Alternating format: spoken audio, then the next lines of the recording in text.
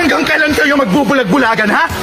Kailan niyo pakikinggan ang sigaw at hinaing ng taong bayan? Harap-harapan na sa inyo isinasampal ang katotohanan. Pero anong ginagawa niyo? Nagbubulag-bulagan pa rin kayo! Wala kayong ginawa kundi pagtakpan ng bawat isa!